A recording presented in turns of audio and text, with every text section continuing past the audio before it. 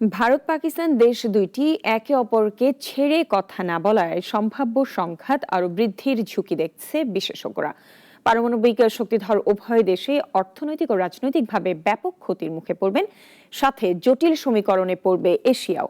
ভারত পাকিস্তান সংঘাতের সমাধান কোন পথে? বিশ্লেষকরা বলছেন কূটনীতি, অন্য শক্তিধর রাষ্ট্রের মধ্যস্থতা এবং দুই দেশের জনগণই পারে যুদ্ধ থামাতে। বান্ডেল থাকলে প্রতি সেনমানিতে টাকা বাঁচবে। বিকাশ সেনমানি বান্ডেল কিনে জিতুন প্রতি লেনদেনে। টানটান উত্তেজনা, কথার লড়াই, একে অপরকে তোপ দাগানো সবই চলছে দুই পারমাণবিক শক্তিধর দেশ দুটির মধ্যে। কেউ কাউকে ছেড়ে কথা বলতে রাজি নয়। পেহেলগামে হামলার ঘটনাকে কেন্দ্র করে যুদ্ধের দ্বার প্রান্তে দেশ দুটি দাঁড়ালেও থেমে থেমে এই দ্বন্দ্ব চলে আসছে দীর্ঘ ৭৭ বছর ধরে। তবে এবার সংঘাত না থেমে যদি যুদ্ধ বাধে, এর প্রভাব দুই দেশের পর সবচেয়ে বেশি পড়বে এশিয়াতে। এই দ্বন্দ্বের আপাত সমাধান কি?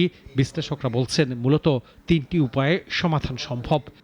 আমার মনে হয় বিভিন্ন দেশ চেষ্টা করবে। অলরেডি ইরান বলেছে, সৌদি আরবিয়ার নামও শোনা গিয়েছিল, রাশিয়াও এখন বলছে যে আমি মধ্যস্থতা করতে চাচ্ছি। এখানে চীনেরও একটা ভূমিকা থাকতে পারে, কিন্তু আমি মনে করি সবসময় বড় আকারেই কিন্তু জনগণের উপরই ভরসা রাখতে হবে। যুদ্ধের মুখোমুখি দাঁড়িয়ে থাকা দেশ দুটির অর্থনীতি যুদ্ধ লাগলে ক্ষতিগ্রস্ত হবে, তেমনি প্রতিবেশী দেশসমূহের অর্থনীতিও পড়বে ঝুঁকিতে। পুরো সীমান্ত জুড়ে পাকিস্তান ভারতের বিভিন্ন জায়গায় বিভিন্ন স্থাপনায় যদি তার বড় রকমের আক্রমণ করে দুই পক্ষ থেকেই, তাহলে কিন্তু এখানকার শান্তি পুরোপুরি বিঘ্নিত হবে। এই অঞ্চলে এমনি তো শান্তি নাই, তারপরে আরও বিঘ্নিত হবে এবং ব্যবসা বাণিজ্য চলাচল সবই বিঘ্নিত হয়ে যাবে এবং তার ফলে আমরা সবাই ক্ষতিগ্রস্ত হব। তবে ৭৭ বছর ধরে চলমান দ্বন্দ্ব আসলে সমাধান চায় কিনা উভয় পক্ষ, এটি বড় প্রশ্ন।